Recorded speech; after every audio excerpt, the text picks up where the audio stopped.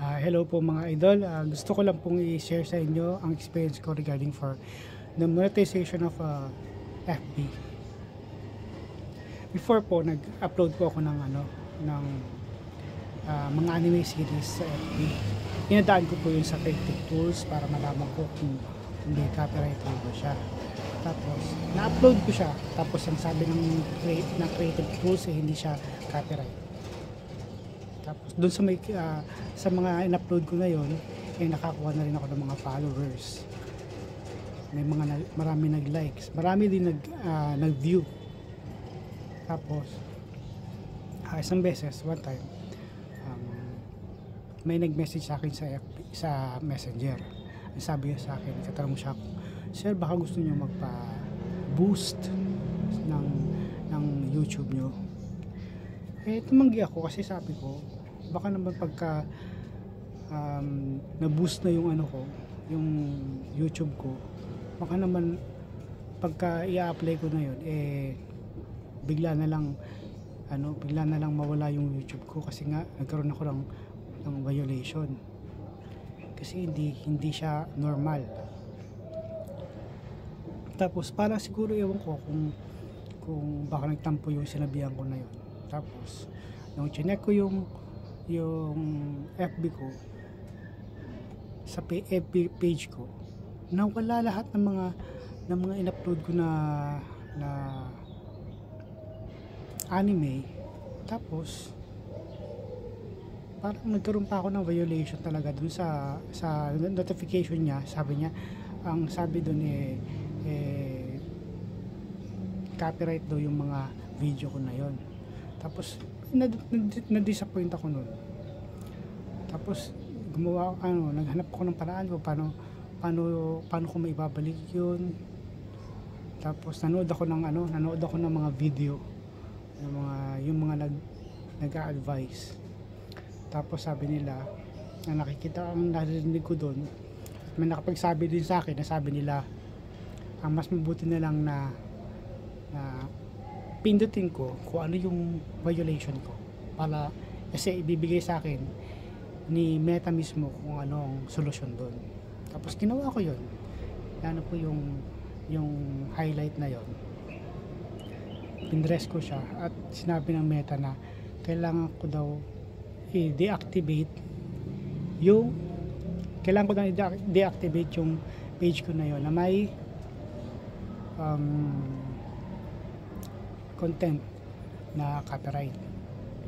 Tapos yun yung ginawa ko, inactivate ko siya.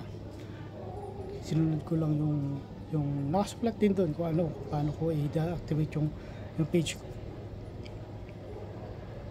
Pero hindi pa rin nawala yung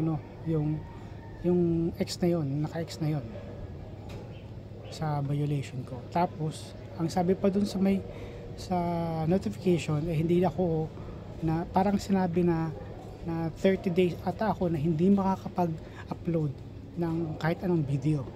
Hindi nga ako makapag-upload ng video doon, ng time na yon. Then hinayaan ko na lang. Kumbaga parang ang nangyari, parang nagtampo ako sa FB. Dito na ako tumutok sa TikTok tsaka sa YouTube. Tapos mga after one month, yun nga nang chinek ko, ganun pa rin, naka-X pa rin. Pero yung pangatlo, naka-check na ibig sabihin isa na lang ang kailangan ko para ma-monetize na yung 6 star.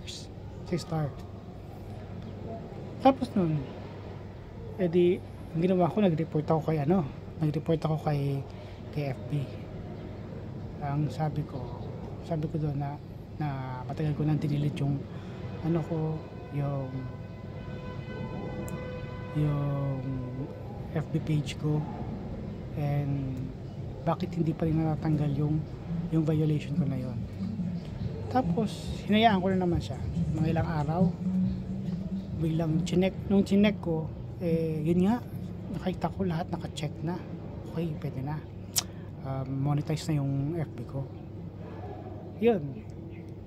Ang ko doon, ang nakikita ko lang doon is um, dapat huwag tayong mag-upload basta-basta ng mga anime lalo na pagkasikat, kahit sabihin natin dumaan pa yan sa creative tools. Tapos pangalawa, huwag tayong maging polite tayong kumausap sa mga tao na kahit kanino, kasi may pagkakataon na baka magaling yun, marunong sa mga platform at may paraan sila para magkaroon ka ng violation, ng matinding violation. Kasi hindi lang naman basta pag-report yan eh. Yung bigat ng kung paano siya mag-report siguro. Tapos yun lang, tapos kailangan din nating makinig or manood ng mga advice sa YouTube pagka nagkaroon tayo ng mga problema sa FB natin. Napaka-effective nun.